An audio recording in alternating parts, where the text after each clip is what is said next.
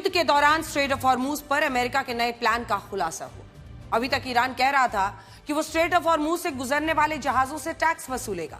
वो उसे युद्ध विराम की शर्तों के तौर पर पेश कर रहा था और टैक्स लेने का अधिकार देने की बात कह रहा था। लेकिन अब अमेरिकी राष्ट्रपति डोनाल्ड ट्रंप ने स्ट्रेट ऑफ हॉर्मूज को लेकर अपनी मंशा जाहिर कर दी। उनका कहना है कि टैक्स वसूली सिर्फ अमेरिका करेगा और उसके अलावा कोई नहीं। एक प्रेस कॉन्फ्रेंस के दौरान डोनाल्ड ट्रंप ने हॉर्मूज पर ईरान के टैक्स वसूलने की बात पर उनसे सवाल पूछा गया और उसके जवाब में उन्होंने कहा कि ईरान नहीं, अमेरिका को स्ट्रेट ऑफ हॉर्मूज से टैक्स वसूली का अधिकार है क्योंकि इस युद्ध में वो जीते हैं।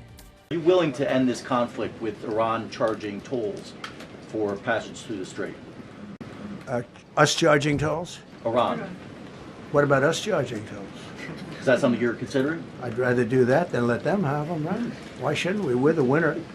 We won, okay? They are militarily defeated.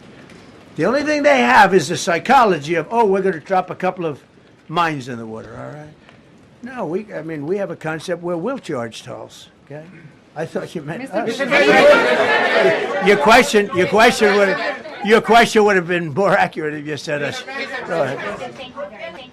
So just to clarify, in order for Iran to successfully meet your deadline tomorrow, do they have to make a deal, open the strait, or both? We have to have a deal that's acceptable to me. And part of that deal is going to be, we want free traffic of oil and everything else. आज के वक्त पे straight of Hormuz एक ऐसा खजाना है जो हर दिन अपने करोड़ों रुपए कमाकर आपको दे सकता है और उसके लिए कुछ करना भी नहीं है, बस बैठे बैठे वसूली करिए। स्ट्रेट ऑफ हॉर्मूज से दुनिया का करीब 20% कच्चे तेल का व्यापार होता है, इसीलिए ये पूरी लड़ाई है। इसकी वजह यह है कि स्ट्रेट ऑफ हॉर्मूज प्रमुख समुद्री मार्गों में से एक है जो करीब 33 किलोमीटर चौड़ा है। इसकी चौड़ाई भले ही 33 किलोमीटर हो, लेकिन यहां से दुनिया के करीब 20% कच्चे तेल का व्यापार होता है। एक अनुमान है कि स्ट्रेट ऑफ हॉर्मूज से सालाना करीब 50,370 जहाज गुजरते हैं, यानी प्रतिदिन करीब 138 जहाज।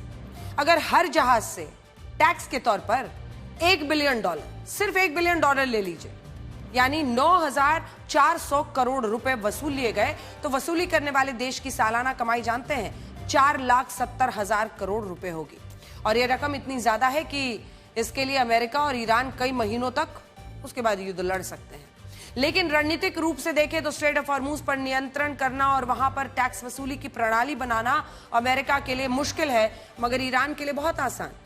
डोनाल्ड ट्रंप ने कुछ दिन पहले दावा किया था कि ईरान की नेवी खत्म हो चुकी है और उनके पास अब कोई युद्धपोत नहीं है। बावजूद इसके स्ट्रेट ऑफ हॉर्मूज के हिस्से वाले समंदर पर वो नियंत्रण हासिल नहीं कर पाए। हॉर्मूज से टैक्स वसूली के सपने देख रहे ट्रंप की सेना अभी तक ओमान की खाड़ी से फारस की खाड़ी तक जाने की हिम्मत नहीं जुटा पाई है। अमेरिका की इस नाकामी की एक बड़ी वजह है ईरान के 30 छोटे छोटे द्वीप जो स्ट्रेट ऑफ हॉर्मूज के आसपास है। इनके जरिए ईरान वहां की हर मूवमेंट पर नजर रखने में सक्षम है। इसमें भी ऐसे द्वीप जो स्ट्रेट ऑफ हॉर्मूज के नजदीक हैं, वो ईरान को रणनीतिक रूप से फायदा पहुंचाते हैं।